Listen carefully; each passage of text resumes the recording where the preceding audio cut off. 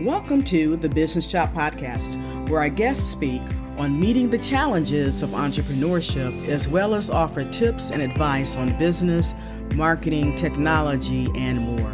Whether you are a newbie or a seasoned professional, this episode is for you. I am your host, Audrey Wiggins. Let's chop it up. Knock out your competition with Altogether Marketing. We elevate your brand. Take a stance with your business name, logo, the tagline, your colors, even the fonts for your business. And then jab left with your website, jab right with core values. Back up with product experience and bring it on with you. Visit altogether.biz and let us help you create a knockout brand. Hello, Chop Squad. Our guest today hails from Houston, Texas. She is none other than Kristen Hillman, and she is going to give us the financial strategy secrets to scale to 7 figures.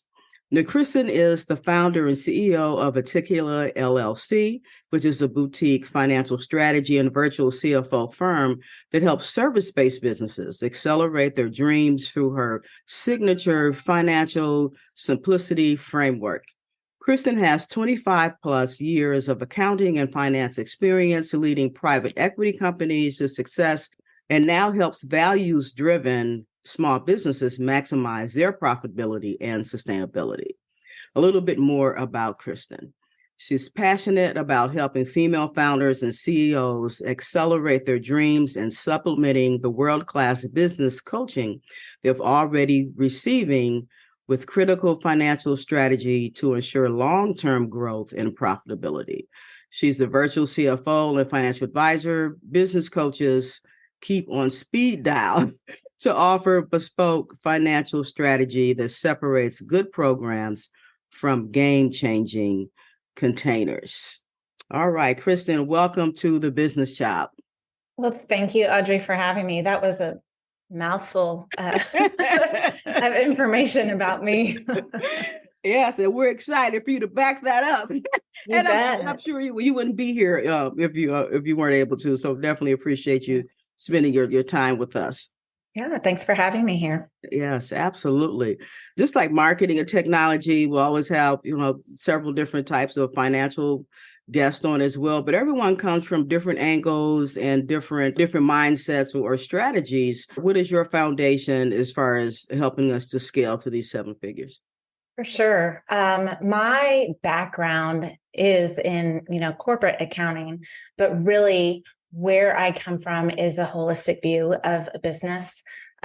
Most people start their businesses, entrepreneurs, for personal reasons, whether it's money, whether it's time, whether it's specific growth goals that they have. And I feel that it is so important to start there.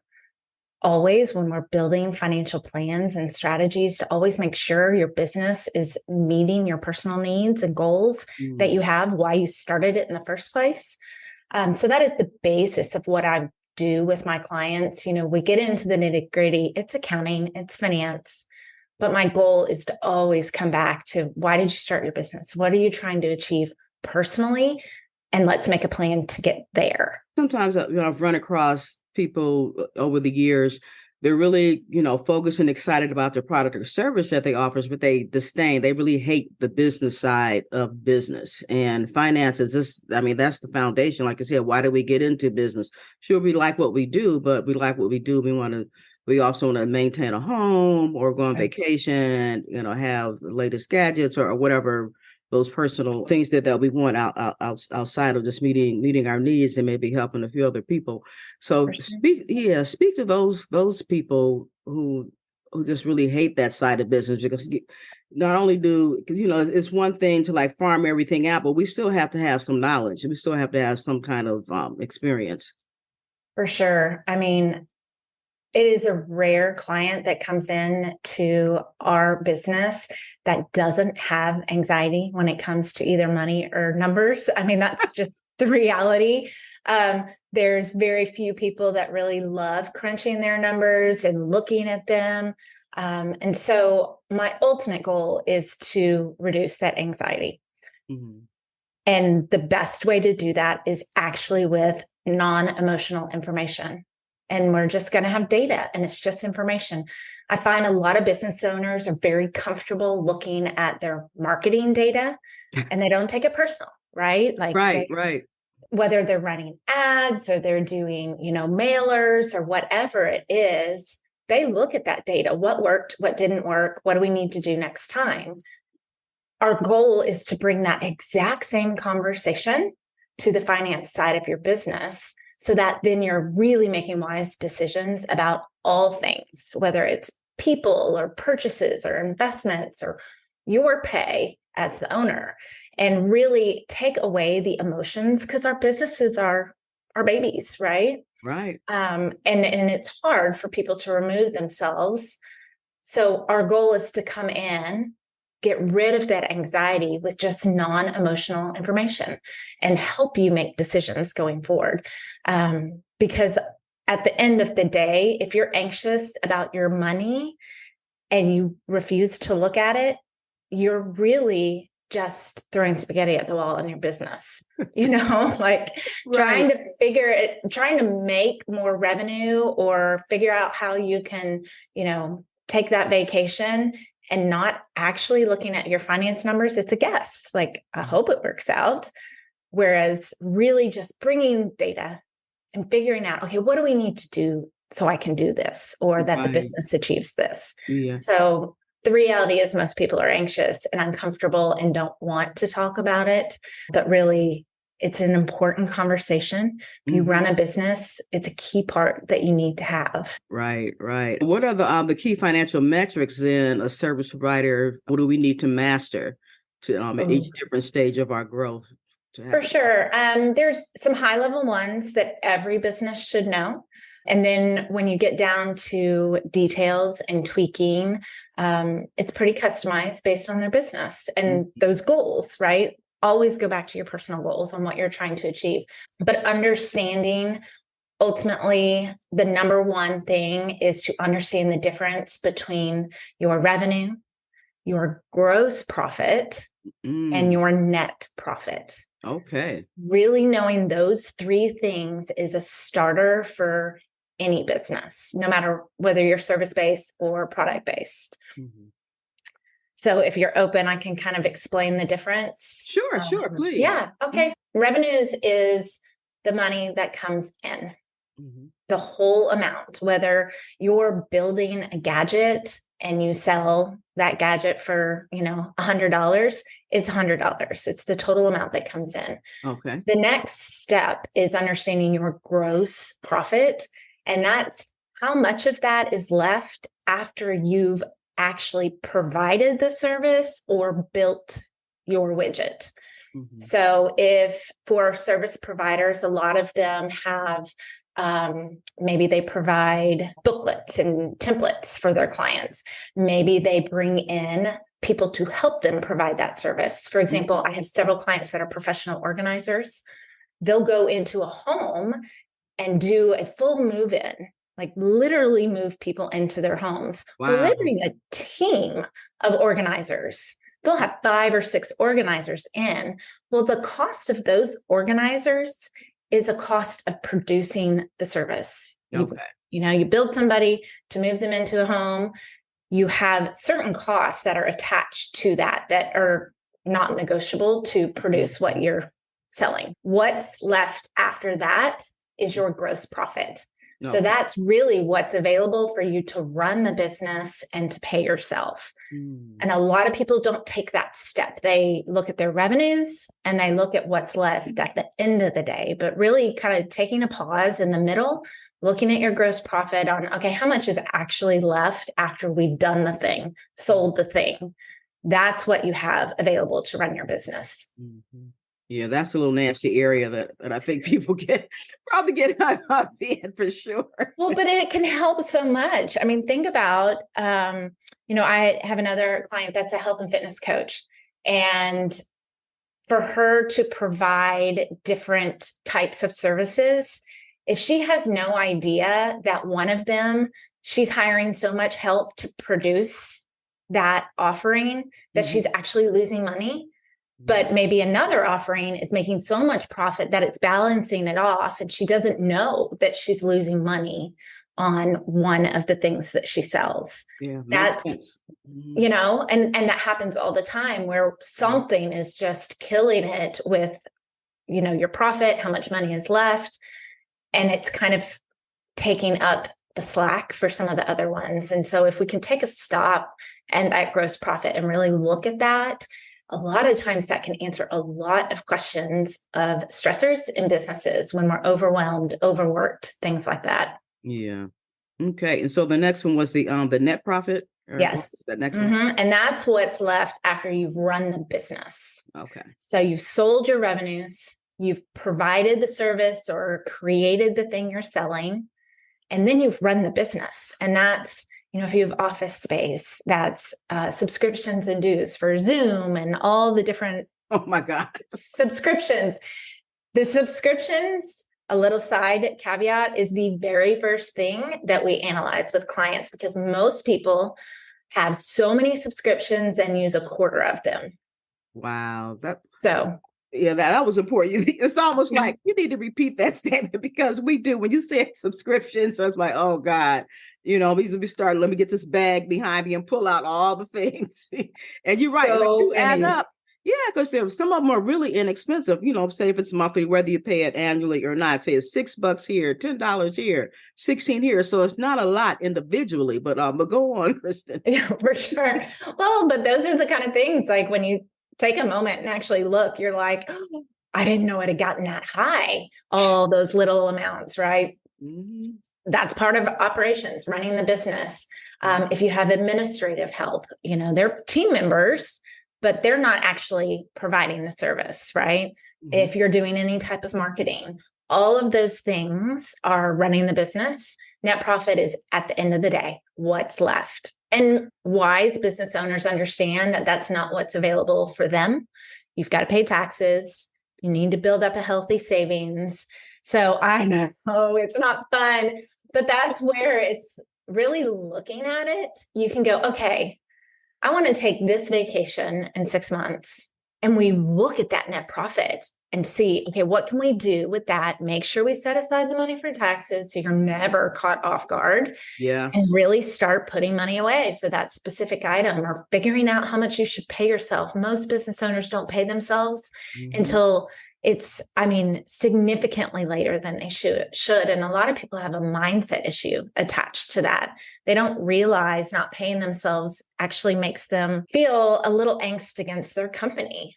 Underlying frustration of how hard you're working, but you're not seeing the benefit. Right. And so paying yourself is a really important part of that. And that comes from the net profit. After all those things, making sure that, you have the right amount of money for taxes, you have a good savings balance for your business, and you pay yourself. So it's kind of like just a waterfall effect, especially in the online space. People like to talk about their revenues a lot. Yeah. And it doesn't matter if at the end of the day, the net profit is very small. We're getting the flower picture. What's behind that? The mat, what's the part that we aren't seeing? And that's what we really need to just, to look inward and look at what we're doing, and, compliment, be happy for what others are doing, but don't get caught up in, that frontal picture, because that's not always as pretty as you think it is. There's work behind that. For sure. For sure. The phrase there's always, what is it? The overnight success was 10 years in the making. Right. Exactly. Yes. Yes. And I think sometimes we forget that too, being right in the trenches. We need to stop and celebrate that, and actually be grateful too. It's like, wow, I have come from a long way, and I came through this, and then that's where we can start mentoring and coaching, or giving a different part of that back to that next person that's on that 10-year struggle, or maybe we can help them cut it to 5 years or something. For sure. Yeah, well, that's another topic. But so what are the top decisions then that are actually holding us back from our financial freedom? I think first and foremost, once the business is running and you're generating some money, mentally shifting from entrepreneur to CEO mode. Realize, entrepreneurs are tough. and scrappy and, do all the things to get it done, and really shifting into the mode of I'm running a business and it's appropriate to have advisors and team members that are specialists so that I can always be focused on the vision of the business versus in the grind doing the details. That mental shift, I think, is extremely important just to prevent exhaustion and burnout as well. Kind of stepping out of that scrappy entrepreneur mode can really actually help you grow your business more. Almost like becoming an adult.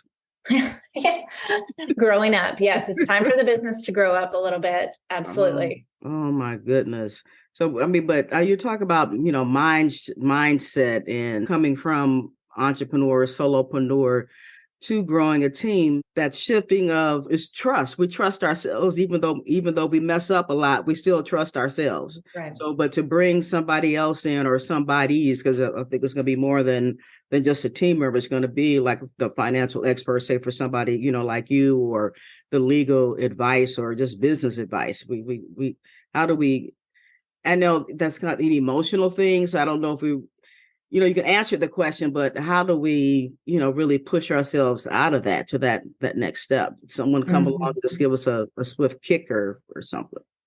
I think it's a intentional choice that has to be made. And a lot of times people get there because it's either grow up in your business or quit. And unfortunately, a lot of people just don't make it to that 5-year mark because they're exhausted more than anything. And understanding that if you want to build something that has a long-term profit, you've got to start looking long-term versus the short-term, versus getting the work done this week or what's happening this month, to start thinking 3 years. What do I want my business to look like in 5 years? And kind of stepping into that, CEO role is about the long-term vision of the business versus the day-to-day. If we are going to be CEOs, that means there are some tiers that are, I hate to use the word underneath us, but in the pyramid, there are some other levels. For sure. The CEO. If we want to be a real CEO, then we have to understand that there are some other people that are serving that serving the company. Well, and it's important, especially in areas like legal, finance, even marketing and operations, that at the end of the day, it possibly could cost you less to bringing in an expert for a short amount of hours than you spending the time trying to research and figure it out on your own, and quite possibly making an important mistake. We do not provide tax services intentionally because taxes can get complex for business owners, and you need an expert on taxes, and you want them, and you want to only pay them for their expert on taxes. You don't need to pay them to do your bookkeeping. That's a really expensive bookkeeper, a tax specialist. So bringing in the experts can actually save you money if you can, bring them in on just project basis or fractional basis, because it's going to save you a whole lot of time. It's going to be done right, and more than likely really be able to catapult you financially in your business to move forward. But once we set our goals, say for our first 7-figure, we say, say just for the sake of conversation, that maybe the people watching right now happen to reach that first 7-figure goal, but they want to. So what are the steps when we come to see you or somebody in your organization? What does that look like? Are we, bringing the list of products and services that we offer, the price points, and, so what does that look like, Kristen? For sure. The very first thing that needs to happen is to make sure your historical data is actually there and accurate. Not on pieces of paper. It has to be. Well, they might be accurate, but we got to make sure that if we're going to base all our decisions on data, let's make sure our starting place is correct, right? So bookkeepers I like to call them your historians. They're all about the past. They document the history, and you want to make sure it's done correct and timely. If your bookkeeper is not getting you stuff within 15 to 20 days, maximum 30 days, you need to look elsewhere or have a conversation. Timely information that's accurate is really important. So we always start there, whether somebody's already got financials and we just need to confirm they're accurate, or we bring them in-house and work on them with them. And then we have our starting place. Like, okay, now we have a basis of what's going on right now. And we usually do a full audit first of the history and notice if there's any leakage in the business or any amazing things that are happening that maybe the business owner doesn't actually even know.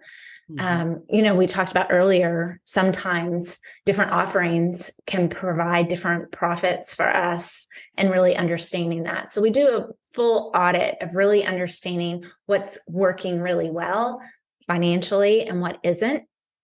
And then at that point is when we can actually start to look forward into the future and really understand what does the finances need to look like to support what the business goals are, what your personal goals are, and then start looking forward and setting, some metrics, some goals to get to where you want to be personally.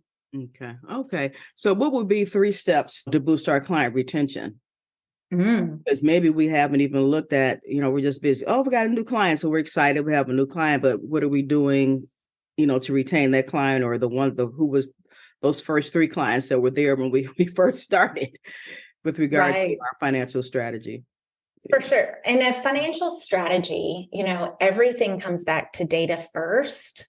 We start with the data, then we bring in the personal aspect, whether it's your emotions, your feelings about something or your personal goals. And I think to focus on client retention is having a history of how long do clients stay with you? At what period of the process have people been leaving? Or is it seasonal that you lose clients? And start to find the trends so that then you find the area, whether it's situational based or time based, that you're losing clients, and start to pay attention. Okay, what was happening? Is it just going to be part of my business, or is it something that I need to then look at that, service or the cost of that service, or, why the client left in the first place? And kind of then you can start like operationally and business wise, figure out why something's broken. Or what would be that main advice that you would want to leave us with? My primary advice is that if you are running a business, you want to treat it like a business and really put a big brick wall between the two, so that you can start making some decisions that aren't purely emotional. I'm not saying take them out, but it needs to be a piece, but not the primary piece. Like, we're really here to run a business and make a profit. And so making that shift of understanding, okay, this is my business. If my client retention is not good, that doesn't mean I'm a bad person or a bad friend, right? It means I need to do some evolution in my business and do some tweaking to make my clients want to stay with us longer.